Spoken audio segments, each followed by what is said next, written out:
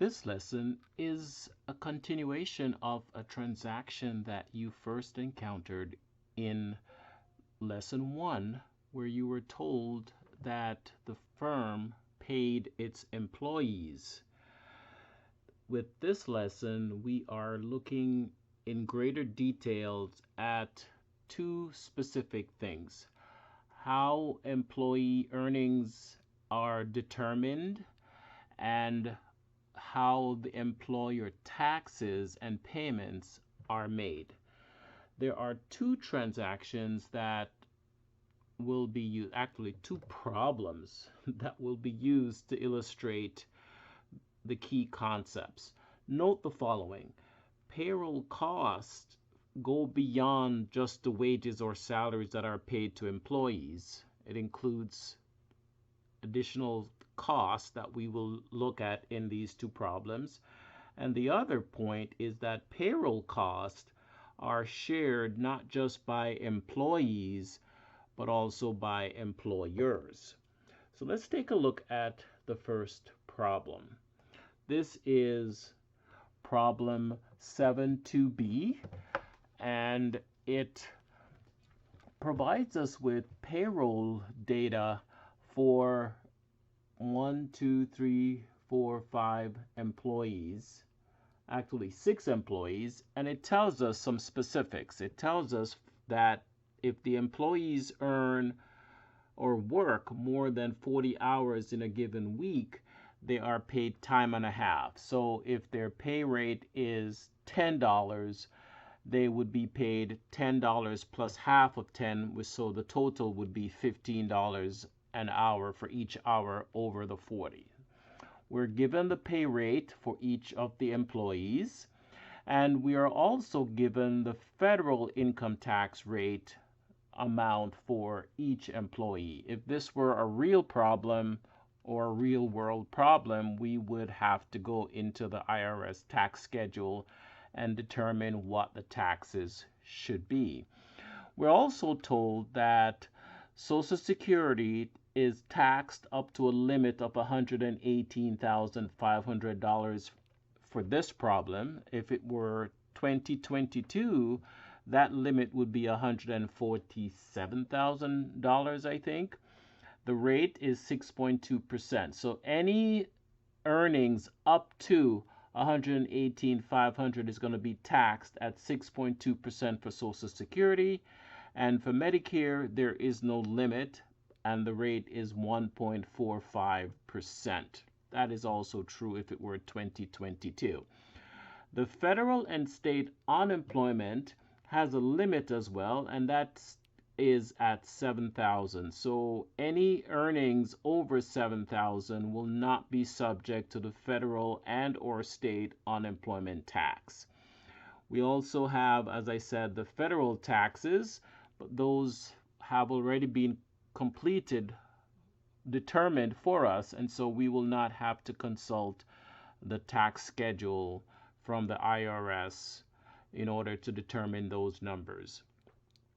We already discussed the pay rate, and we are told that if they work over 40 hours in a given week, they would be paid time and a half. When you look at the information for each employee, you can see that so far they have earned, for example, Grant, $7,536. We can see the amount earned so far for each of the other employees. For the current pay period, they show us the hours worked, and you can see that, for example, 1, 2, 3, 4, 5 times 8 is 40. So this person did not exceed the 40 hours.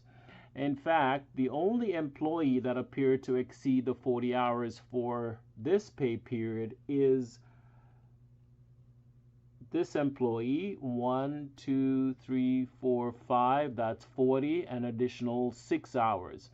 So this employee would be paid time and 1/2, and so we would take their hourly rate of 17.95 and multiply that by 1.5, or take this amount, find 1/2 of it, and add it to the 17.95, and that would be their rate per hour for each hour over the 40 hours. So let's get into the problem where we are asked to complete the payroll register. And again, the actual layout is going to be different for each company. This is just to give you an idea of what goes on in HR or the payroll department of a company. So you can see that we have the employees listed, their cumulative earnings up to this pay period, but not including the current pay period. And then we calculate their regular pay and any overtime pay. So for example, for Grant, it would be their 40 hours times the hourly rate of 18, and so we get 720. We do the same thing for the other employee, 40 hours, and this employee's rate is $18.10 per hour. So we multiply 40 by 18.10, and we get the regular rate. Again, the only employee with overtime is this employee, and so we would calculate the regular rate, which would be the 40 times that employee's regular rate, and then we add the overtime. So we take the overtime hours, multiply by the overtime rate, and we get $161.58. We add that to their regular, and we get our gross for the period of $879.58. Notice that the total for the current period is added to the previous, and so at this point, the cumulative would be shown in this column. So this cumulative is based on the total for the current pay period, the current earnings, plus the prior. Recall that we were told what the taxable earnings are for the unemployment. We are told that it is capped at 7,000, and so we need to see if the employee, each employee, is at or above the limit. So for example, you can see already that Grant was already over 7,000, so there will be no unemployment tax calculated on that employee's earnings. On the other hand, look at Ham, and you will see that this employee was at 64.96, so below the 7,000, but then when we add the current period, it takes us to 7,220.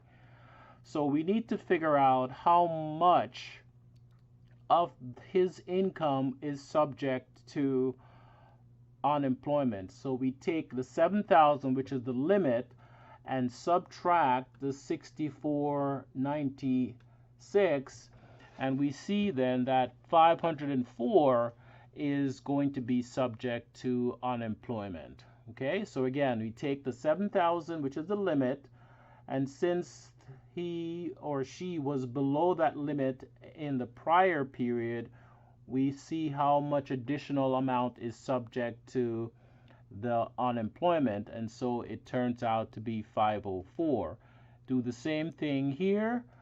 This individual was below. Notice that we are now over, but we need to figure out between here and here how much of that is subject to the unemployment, and so we take 7,000, subtract the 67.98, and we get the 202.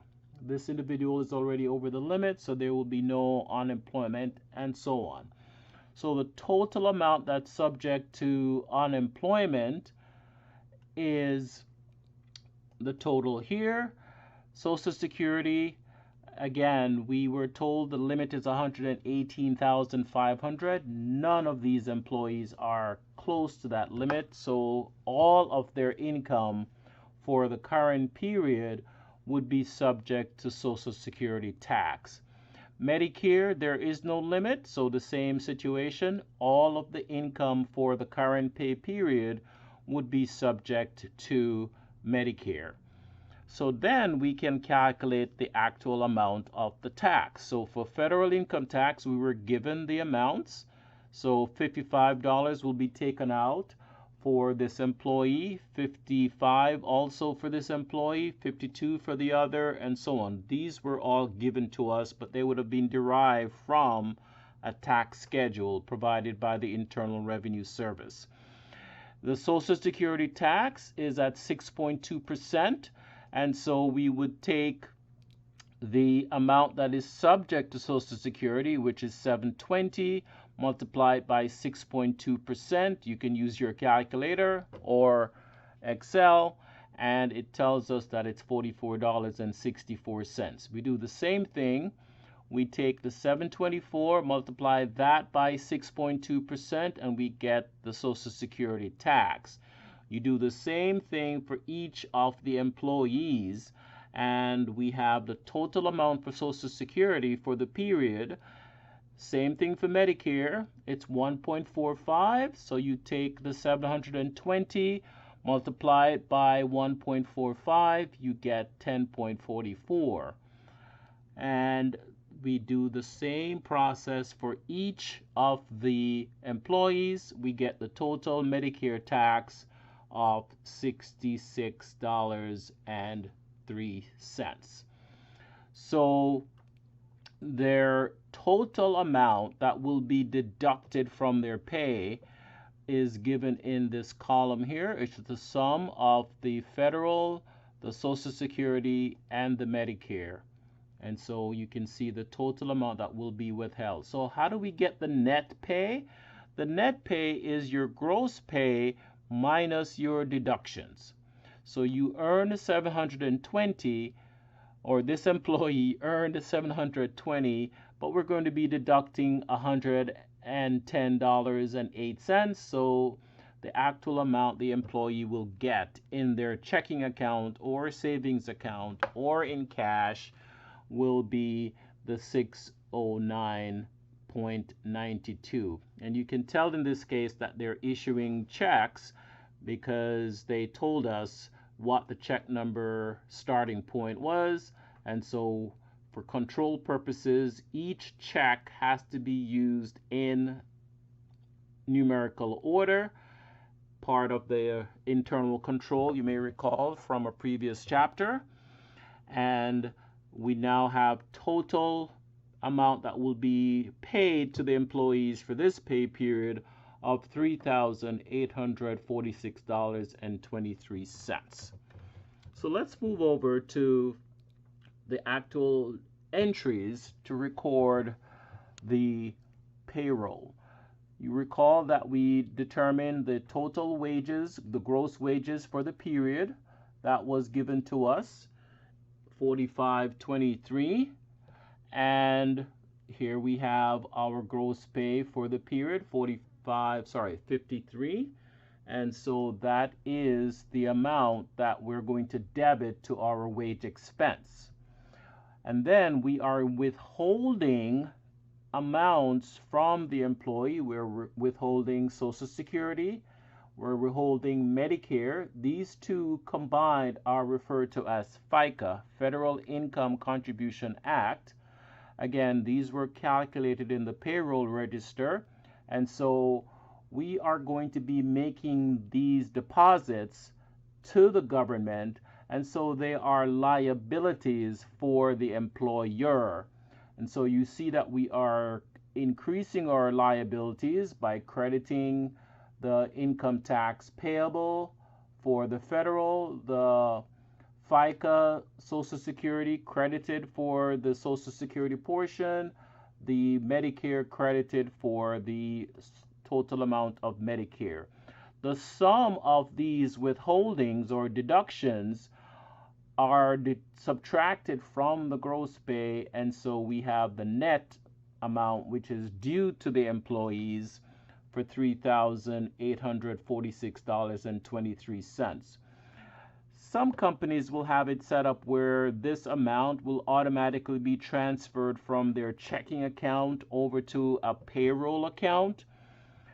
In any case, when we issue the payroll checks, it will be for the net pay.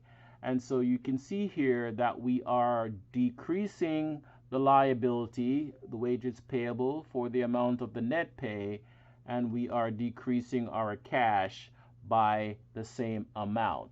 However, in the income statement, this is what you would see as wages expense, not the net pay. Let's move on to our second problem. And this one really is meant to illustrate, again, the accounting for payroll, but enables us to see how payroll taxes are calculated and what it is that primarily comprise the payroll tax. So we are given this problem in which they have balances from the month of February. We are working on entries for the month of March, but they have liabilities related to payroll from the previous month. So there is FICA taxes payable for February. You can see the amount, $9,000, and we also have other amounts owed. Medicare tax, for example, there is Social Security that is owed. So they haven't made those payments as yet, and so we need to be aware of those balances. And then for the month of March, we have specific payroll related entries that we have to record. So for example, March 12, we issued check for $18,180, which is payable to the bank. This could be where we actually walk the check over to the bank, or we instruct them to do a draft from the account. But that's the amount that we are paying, and this is to take care of the FICA from February, FICA taxes, Federal Income Contribution Act. Remember, that's made up of your Social Security and Medicare. So here's my journal entry. We were given these numbers: the federal income tax payable from February, the Social Security tax from February, and the FICA Medicare from February. And so the total of the check is $18,180. So why are we debiting these accounts? Because they are liabilities that we're now paying.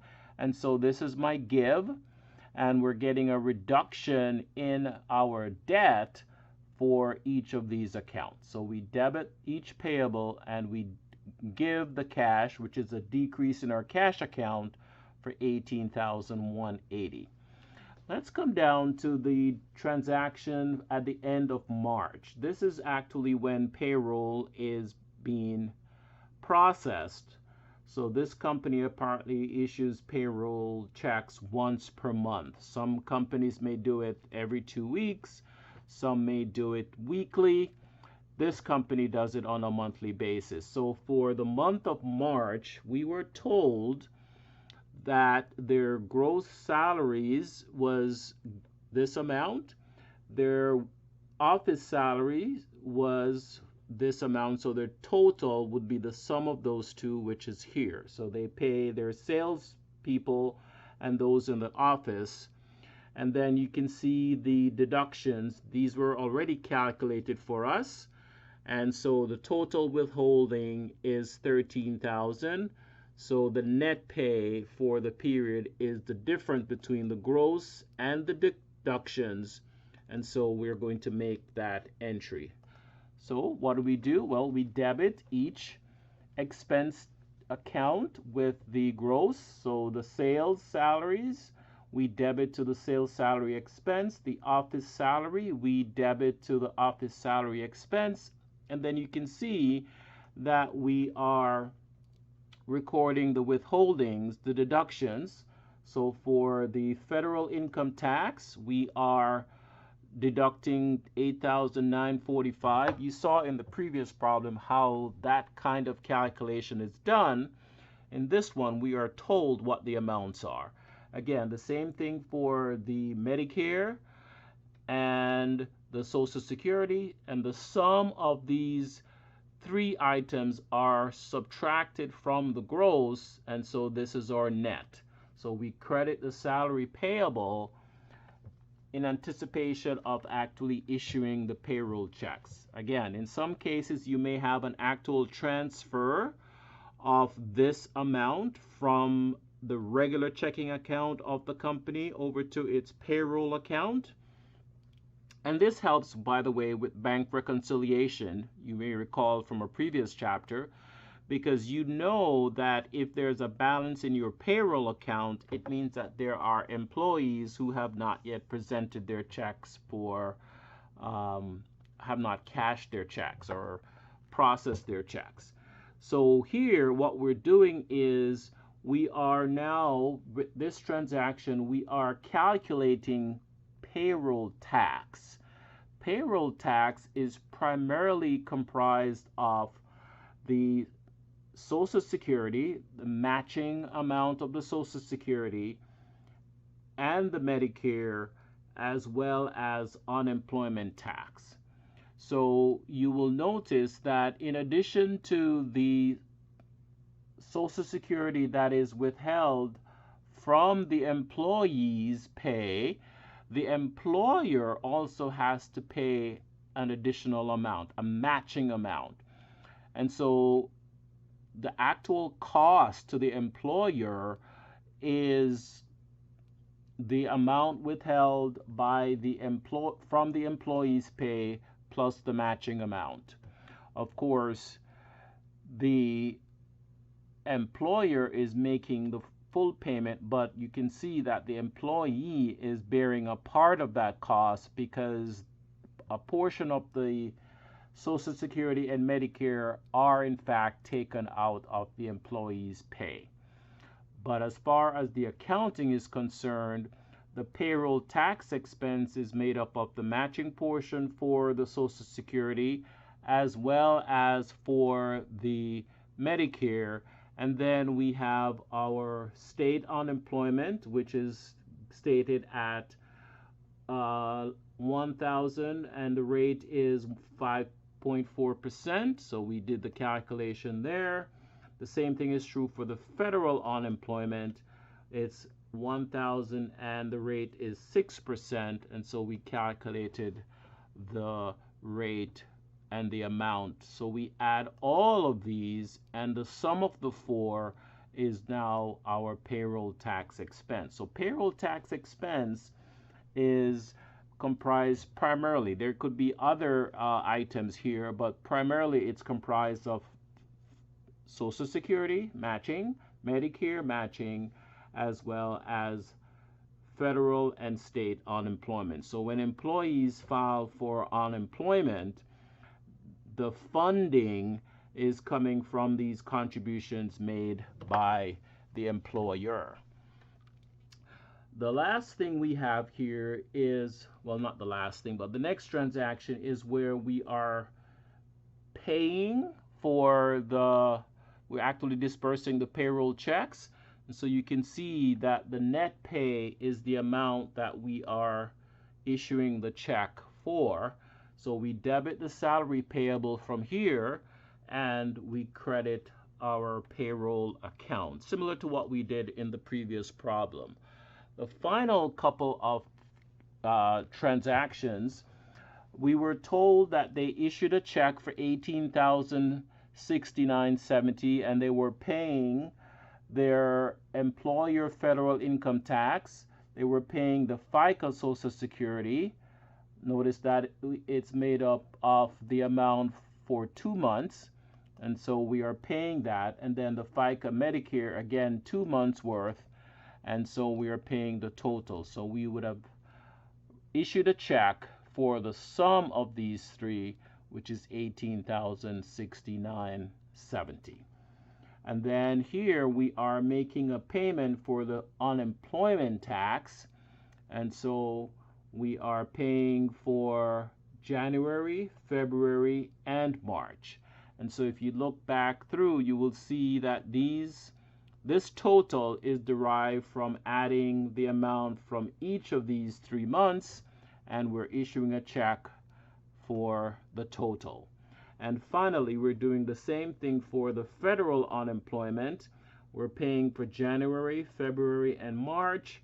And so if you go back, you will see that there were balances from those months, plus we had $6 in the month of March.